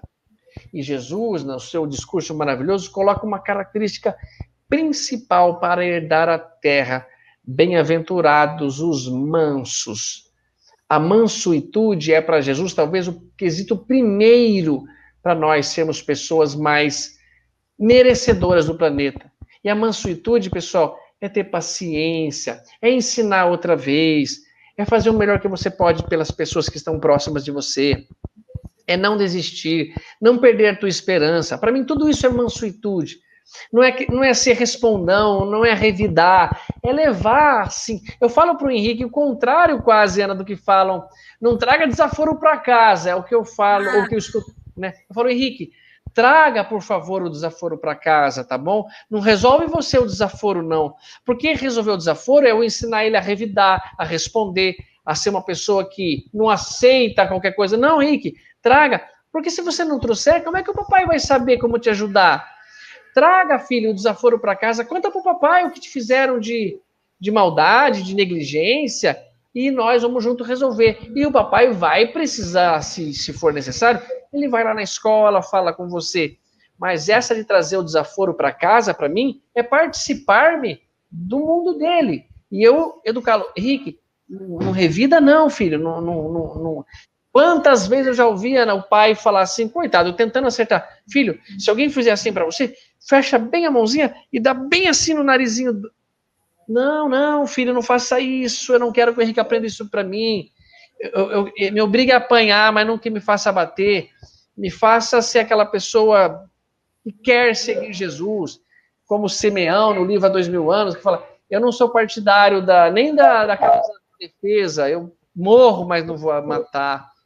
Então, para mim, nessa transição se faz com nossa melhora. Não é tão difícil assim. É tudo consequência de uma coisa tão linda, tão óbvia, que é melhorar a si mesmo e, consequentemente, melhorará o lugar que vivemos. Ô, Ana, você está com você nesse próximo planeta, hein, Ana? Quero muito merecer junto com você. Com certeza. Deixa eu te falar agora em termos assim, a gente vê que está acontecendo grandes movimentações no planeta, nos países, né? Parece que tem hora que a gente fala que o mal está imperando, né? Que está perdido, né? Eu não sei se isso seria a boa visão, mas nós temos aí os jovens, o grupo dos jovens, tentando buscar, pedindo liberdade, pedindo união. Parece que nós estamos chegando naquela época lá da Revolução Francesa, né? É verdade, Ana. Os miseráveis estavam ali tentando mostrar a importância da liberdade, a importância de você estar unido, né? Como que você vê esse momento? Ana, eu vejo tudo, sim, como um momento de grande mudança. Eu nunca, Ana, havia me interessado, por exemplo, não que esse assunto precisa ser, mas por política. Eu não entendia nada. Parece que agora me mostra uma realidade mais assim, poxa, possível. Que bacana eu entender isso. Não precisamos dos políticos, precisamos das leis, precisamos daquilo, mas não como estava. estava muito massacrante para o povo, estava muito errado. O povo não está mais admitindo certas coisas. Se nosso presidente, por exemplo, concordemos ou não, ele precisa do apoio popular, poxa, o apoio popular, vamos dar ou não vamos dar? Estamos raciocinando para isso. Quantos movimentos estou vendo acontecer parecendo-me calhar com essa transição? Então, quando o Emmanuel falou que se o homem não fizesse uma guerra nuclear, 50 anos após o homem ter pisado na Lua, daria em 2019. Em 2019 foi quando começou o governo de direita que está acontecendo, e não estou defendendo ninguém, pessoal, nem um lado nem outro, mas começou aparentemente uma mudança, um pensamento, que é o que me chamou a atenção. Parece que está acontecendo alguma coisa, parece que eu estou entendendo melhor, parece-me que está, sim, em transição algumas coisas. Agora vem a pandemia, um choque absurdo no planeta inteiro, um obstáculo, um exercício que Deus dá para todos os seus filhos, sem discriminar ninguém, não só os mais velhos, não só os mais novos, não só os brasileiros, não só os americanos, não só os ricos, não só os pobres, todos nós, os homossexuais, os heterossexuais, todos passando por isso. Então vejo, Ana, como sim uma mudança. Ah, mas você acha que está certo? Não, não acho que está certo ou que está errado. Acho que é a mudança. E quantas vezes eu tive que errar para ver que já errei o suficiente? Mas acredito em algo sim acontecendo. Que Deus está por trás, que Jesus está governando. E que se for para acontecer do presidente se manter mais um cargo, eu acho que Jesus vai ajudar. Se for para não se manter, Jesus vai ajudar também para trocar.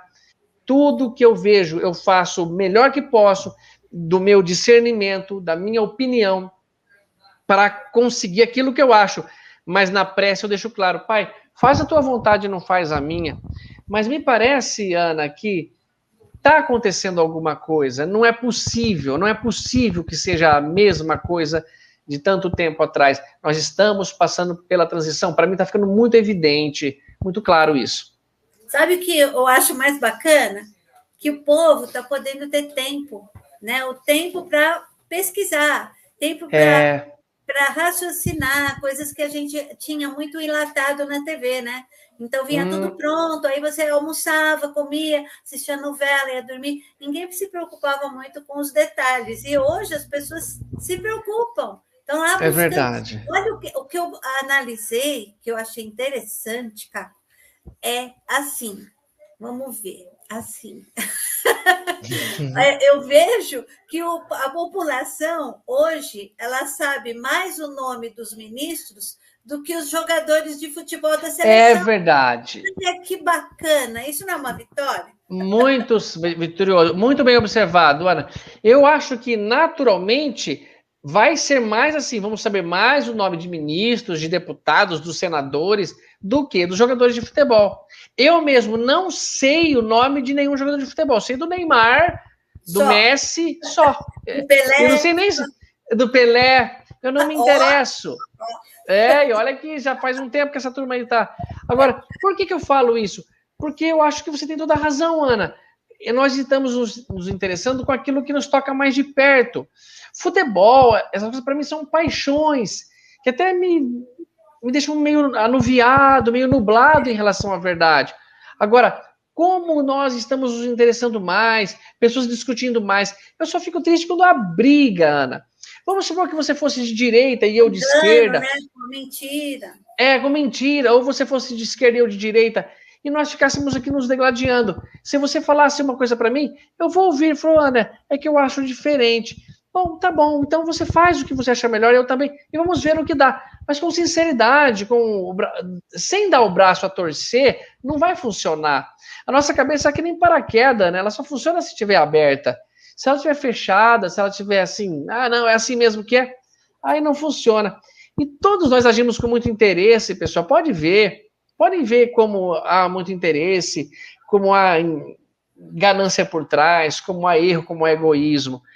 Pensem bem no que vocês acham que vai representar melhor como político. Pensem bem quem ele está parecendo ser mais sincero, quem está parecendo que, puxa, eu acho que ele tem mais razão, pelo menos. Mas eu também não concordo com tudo. Mas ninguém vai entrar e você concordará com tudo. Tenta fazer o que for possível pela melhora de uma maneira geral.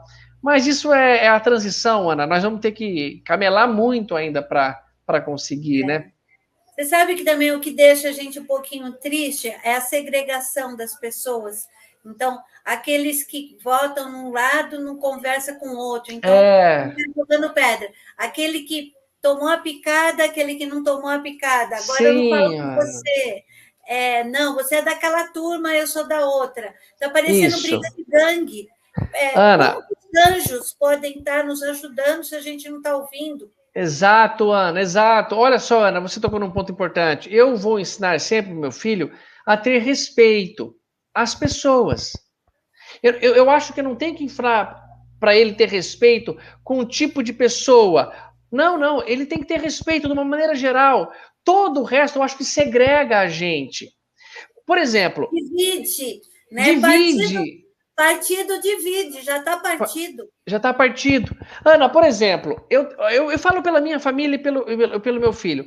Entraram aqui em casa já pessoas que são negras, pessoas que são homossexuais, pessoas que são não religiosos, Do pessoas que time são A, do time do time B. A, do time B, com camisa de futebol. Nunca, nunca eu precisei falar para o Henrique, respeite aquela pessoa porque ele é negro, hein? E ele perguntaria, papai, por que eu não respeitaria? O senhor está levantando uma questão que para mim nunca passou pela cabeça. Ou eu teria que falar, Henrique, respeite aquela pessoa porque ele é japonês, tá?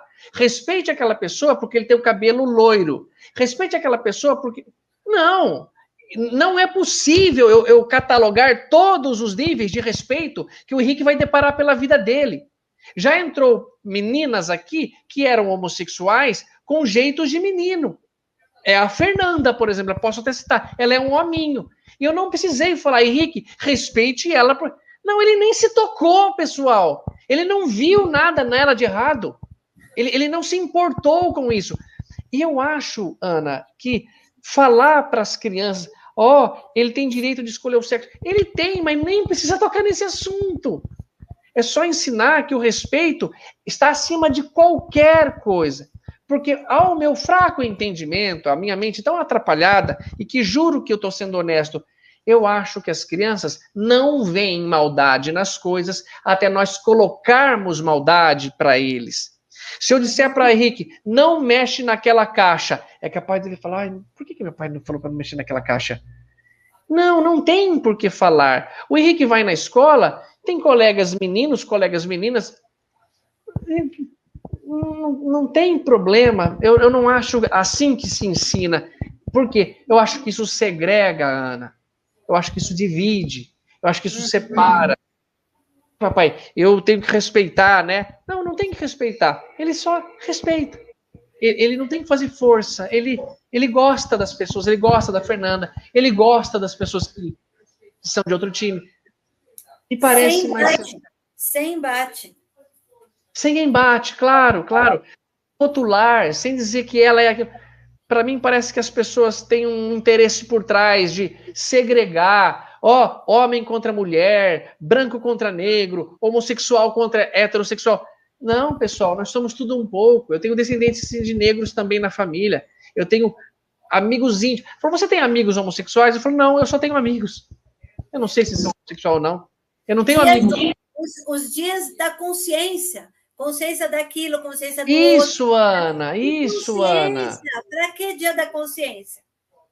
Para quê? Para quê? Porque os outros dias não serão? Porque senão, Ana, se eu falar assim, o dia da consciência negra, cara, mas e o dia da consciência branca, e o dia da consciência índia, e o dia da consciência...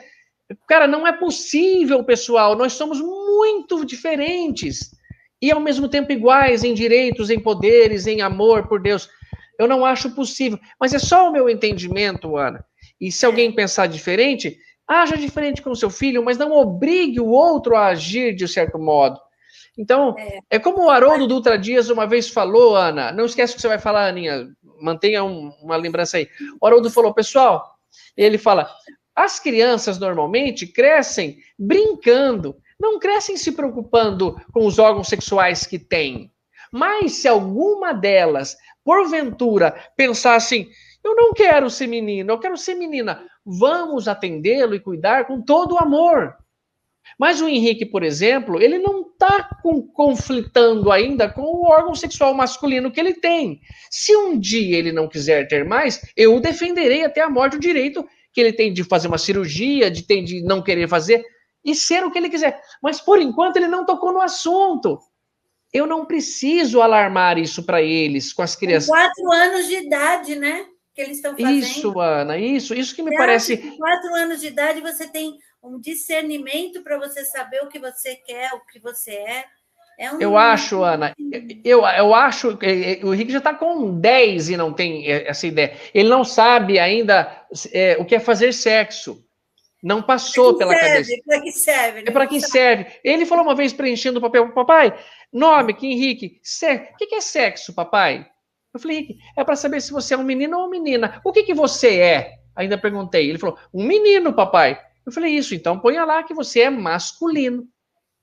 E se ele falasse, papai, eu sou menino, mas não quero ser menino, eu o atenderia dentro. Henrique, mas então vamos entender o que está acontecendo, por que você não quer? Mas parece, Ana, isso eu não consigo tirar de mim, que há por trás, os caras que lançaram essa ideia, dessa ideologia, é para confundir um pouco, é para segregar. Eu acho que tem algo muito maior do que isso, minando aí a mente dos jovens, né?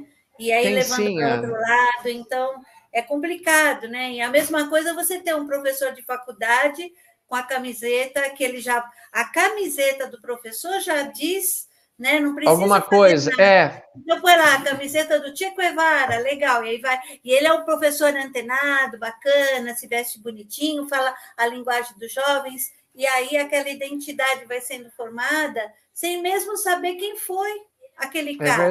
É verdade. Então, sem saber que coisas feias que ele fez, inclusive contra homossexuais, contra negros, né? Mas assim, eu sai com aquela, o meu professor da faculdade, aí eu adoro ele é tão legal, ele é tão bacana. Aí ele tem uma camiseta assim, então não sabe nem o que significa tudo aquilo e veste a camisa do cara, sem verdade, saber. Ana. Então, a cultura precisa ser colocada, né? As pessoas precisam entender. Talvez agora seja o momento do pessoal começar a pensar um pouquinho mais. Ana, por exemplo, você falou em cultura. Eu sempre escutei e nunca imaginei assim falar, existe a cultura do estupro. Eu falo, mas pessoal, vamos definir o que é a cultura do estupro? Como que se alimenta uma cultura? Existem pais falando assim, filho, se você tiver vontade de transar com uma mocinha e ela não quiser, você vai lá e agarra e faz a força. Algum pai estimulou essa ideia? Eu acho que não. Existe uma filipeta, um outdoor, um programa de rádio, alguém que defenda que estuprar é bom? Existe uma cultura? Então eu não posso concordar com isso. Que existe interesses por trás e falar, isso é cultura do estupro, todo homem tem. Eu não posso que vocês falem por mim. Eu não sou capaz de estuprar uma mulher. Eu não faria isso. E acho, então, assim, que isso é para colocar um contra o outro, Ana. Isso que me parece. É jogar que, olha, isso para mim é tão feio, é tão triste. E eu nem falo isso muito nas palestras em si, porque eu não queria que irmãos ou irmãs que têm essa ideia ficassem magoados e não quisessem mais ouvir o ensinamento das palestras, por causa que a doutrina espírita, não, nada, mas concordo com você, Ana. Nós não temos que falar nada. A educação, quem dá é o papai e a mamãe. A escola dá instrução. Na escola, Ana, se uma criança fala assim, e eu fosse professor, oi, existe reencarnação? E eu acho que existe, mas eu falaria, o que teu pai, o que a tua mãe falou para você? Ele falou que não existe. Então confia neles. Porque eu não tenho o direito de perturbar a cabeça dele. Ele está sendo criado pelo pai. Eu tenho que ensinar matemática, geografia, história para ele. Não forçar, eu tenho que instruir. Olha só, Ana, verdadeiro, que gostoso quer conversar com você. Eu tinha 3 sobrinhas que eram filhas de testemunhas de Jeová. Eles são, na verdade, é que eu não estou mais casado com essa irmã dessa moça, né? Então, e eles iam e pousavam aqui em casa. E eu, então, como prática do Henrique, eu falava, pessoal, vamos fazer a prece antes da gente dormir, vamos fazer uma oração. Aí, quem vai fazer? Você faz, Ana Júlia, que é a mais velha das 3 filhas, Ana Júlia, Mariana e Lara, que são testemunhas de Jeová. ela ficava ali com uma vergonhinha. Ai, não, quer que o tio Tato faça, Ana? Então vai, o tio Tato vai fazer. Eu falava como se eu fosse um testemunho de Jeová. Eu falava, Jeová, Deus, nosso Pai, muito obrigado pelo dia de hoje, que amanhã possamos acordar com saúde para brincar mais, nos dê uma noite tranquila, nós prometemos ser bons filhos, bom papai, bom para mamãe, obedientes. Não tenho direito de falar de reencarnação para elas. Isso vai dar um nó na cabecinha delas. Elas são crianças, estão sendo criadas segundo pais que acreditam na lei da testemunha de Jeová. Então eu vou respeitar e vou defender. Não. Aqui você não vai falar de espiritismo para elas, não. Na minha casa você não vai falar. Por quê? Porque eu protejo o direito dessas crianças serem crianças e atenderem os pais que têm. Agora, eu vejo nas escolas, falando de religião, ou escola com partido, isso fere para mim a educação deve ser do pai, da mãe, ou do responsável por aquela criança. Eu nunca vou ferir essa ideia que eu tenho. Não posso interferir no crescimento, na educação de alguém. Portanto, se um pai e uma mãe quiser falar para o filho que ele não é nem homem, nem mulher, quiser colocar vestido no filho, pode fazer, mas faça no seu filho. Não obrigue que o pai e a mãe de outro também tenha que fazer o que você quer, porque você está interferindo no direito do outro. E o meu filho, com certeza, vai respeitar o seu filho de vestido, de esmalte, de batom, se ele quiser usar, porque ele entendeu que cada um faz o que quer da vida. E o respeito está acima de qualquer um, acima de todos nós. Ah, isso aí, Tato. Muito legal, porque assim, é uma visão que você está dando muito aberta para as pessoas que estão aqui, né? E a gente está aqui conversando sempre dessa expansão da consciência. Eu sei Sem que dúvida. aí, Tato, eu também não quero tomar o seu tempo, eu não sei se você tem mais alguma coisa para fazer nesse contextual, né? Porque o nosso tema era um tema tão amplo. Eu não sei como ele vai conseguir condensar tudo isso, mas você condensou lindamente tudo isso, muito bacana. Um coração amoroso como o seu é bem suspeito falar isso, viu, Ana? Olha, eu gostei demais também de uma palestra que você falou, isso há 5 anos atrás. Olha só como eu te sigo já faz tempo. Que viu? Legal, minha irmã. Eu legal. Não sigo ele, eu persigo. Persigo. Persigo você. Então, e aí você falou do anjo da guarda. Qual o primeiro anjo da guarda? Como que ele chega perto de nós? Pois falei. É a minha mãe. Eu falei, mãe, né? Quando eu tô no quarto escuro, assustado, eu chamava mãe, e em poucos segundos estava ali o meu anjo encarnado, o meu anjo da guarda ali comigo, me protegendo. Então, na verdade, nós devemos todos tentarmos ser anjos da guarda, pessoal. E o papel do anjo da guarda é instruir, é aconselhar, é encaminhar. Então, eu entendo, Ana, que nós vamos ser um dia futuros anjos da guarda, literais, quando estivermos na escala boa, ou escala dos espíritos bons. Mas, por enquanto, nós somos esses que ensinam uns aos outros, aprendendo ao mesmo tempo. Mas é isso que você tinha ouvido falar, Ana, que é a minha mãe, que é o meu anjo da guarda? Isso, eu lembro que você contou a historinha do armário, né? Que o monstro que estava dormindo no armário, foi que você comentou alguma coisa assim? Sim, Ana. Várias histórias que eu estava contando sobre acontecimentos da minha vida de anjo da guarda. Uma história que me marcou muito, Ana, que eu acho que você lembrando aqui é bacana de ouvir. Uma vez eu estava num prédio que meu pai era dentista, no 5º andar, e a minha mãe estava vendo onde que colocaríamos com o meu pai o ar-condicionado. Eu era bem pequeno. E eu estava segurando a mão da minha mãe, e eles ali na sacada olhando, e eu passei, Ana, eu sempre fui gordo, por isso que eu te falei, pelo vão de uma grade, Ana, e fiquei para fora do parapeito, sabe aquele parapeito que protege? E minha mãe segurando assim, olhando para cima, o meu pai viu. Quando meu pai viu aquela situação, eu imagino assim, ele não podia assustar a minha mãe, ele falou, não larga na mão dele, pelo amor de Deus, e ela largar. Então ele falou assim, boneca, meu pai chama minha mãe de boneca, olha que coisa mais bonita. Boneca, não larga a mão dele, segura firme na mãozinha dele. Olha que ela virou, e ela estava perdendo com tanta força ali minha mão, e ela sempre me deixava à vontade ali. Mas naquele dia ela foi intuída e ficou segurando a minha mão. E eu para fora ali da sacada, meu pai por cima, então pega, porque ela não conseguiu fazer eu voltar, e me tira dali. Eu acho que o anjo da guarda intuiu nesse momento.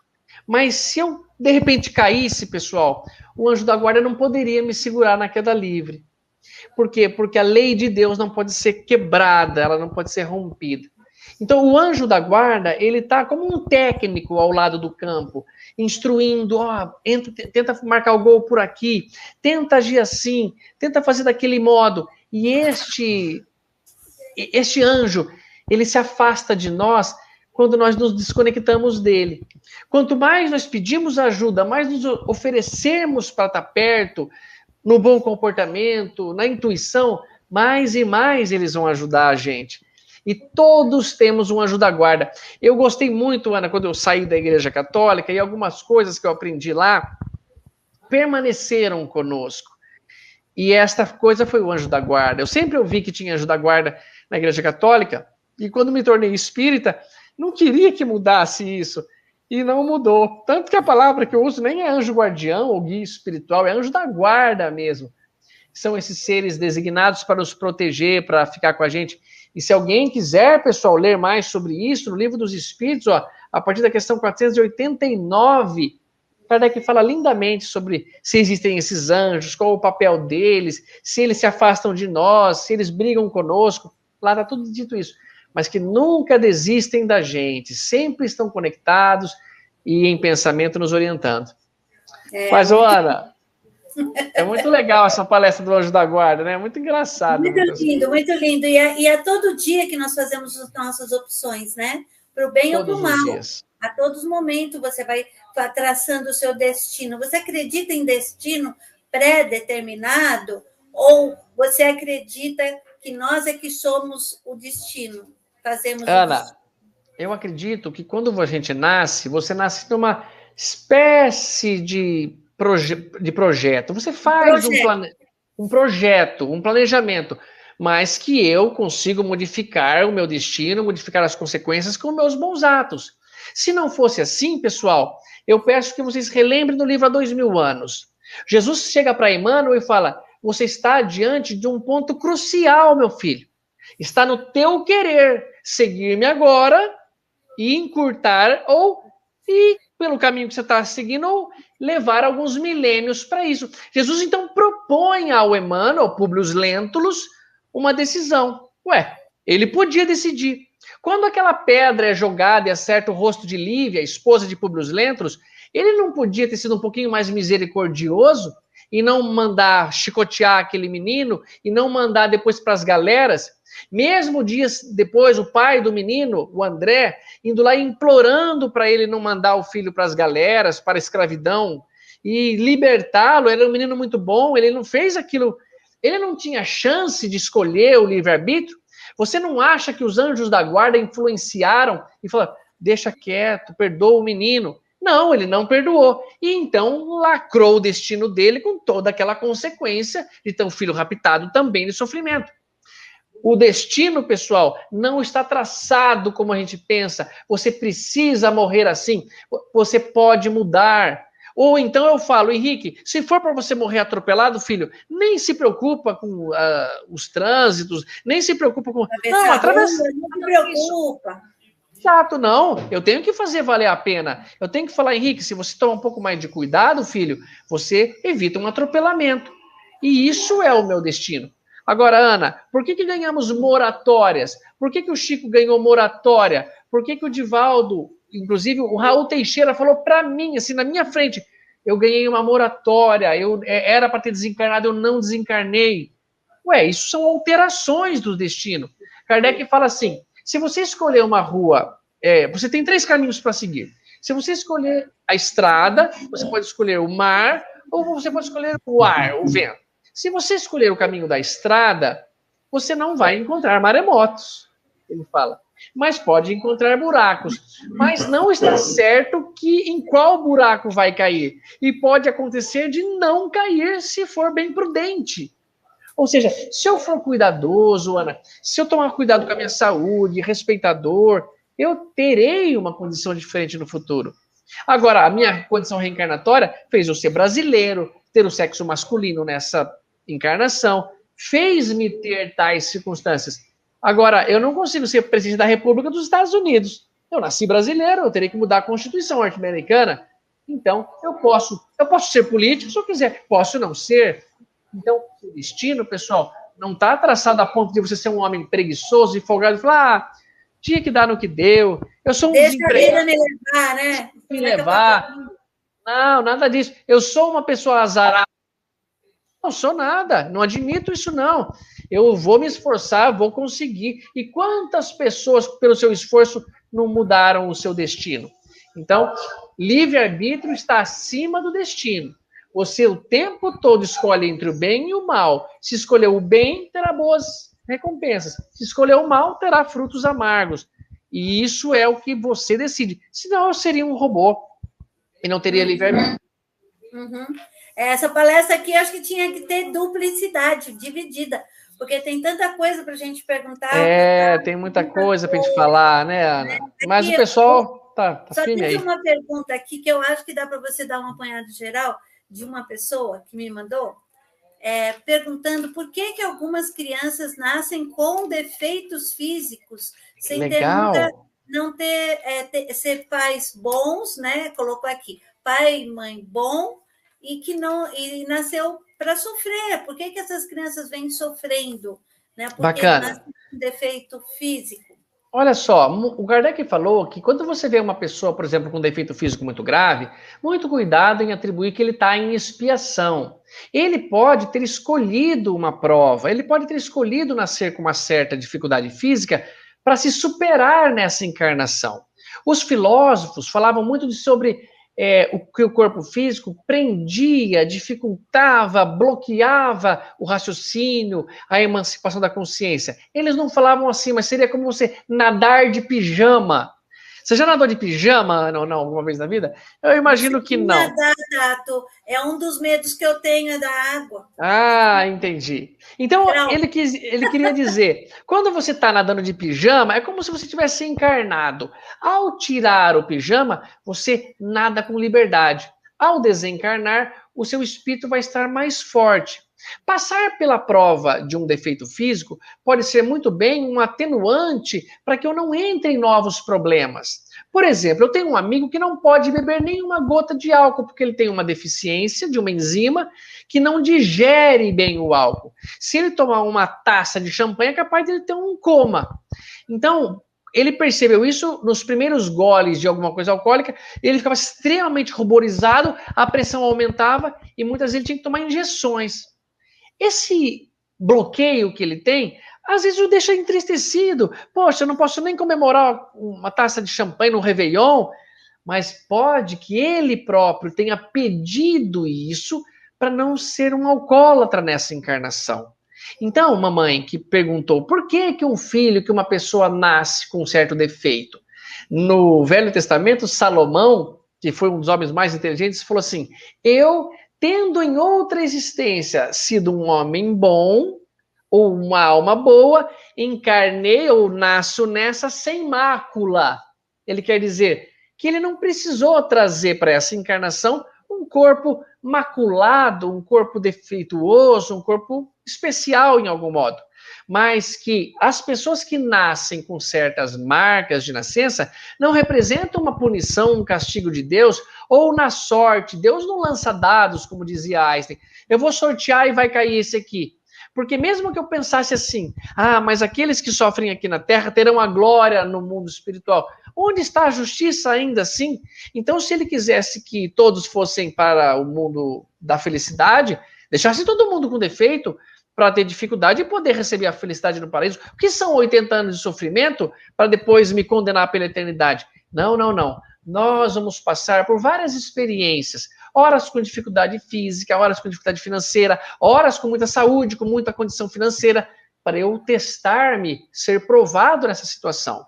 A dificuldade física, o defeito, então pode ser uma escolha daquela pessoa, eu escolhi ser assim para me melhorar, como o próprio Chico Xavier escolheu tantas deficiências para não cair em tentação, para desvincular ele de um homem muito belo, a beleza é muito tentadora, o Chico era considerado um homem feio, para não atrair sexualmente, talvez, as pessoas, e ele passa bem despercebido nessa encarnação, Ou sim, é claro, eu errei muito, eu fiz mau uso da minha saúde e eu preciso experimentar nessa algo assim para não me entrar em erro ainda maior, para eu ser mais bem-sucedido ao sair dessa encarnação.